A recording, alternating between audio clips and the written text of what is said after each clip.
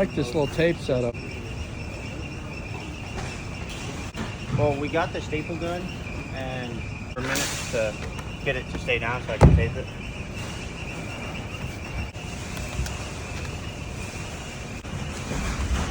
So you know, with ductboard in this taping setup, you essentially get virtually zero air leakage is what they promote.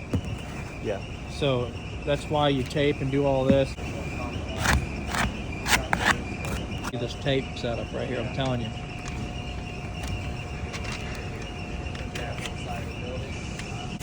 Yeah. And folding over the flap. You put that on that CRD, please.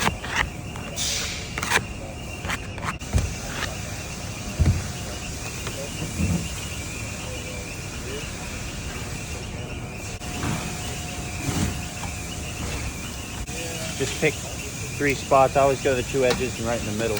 Like, how many of these have we made? 1,000. Yeah, probably like 2, 3.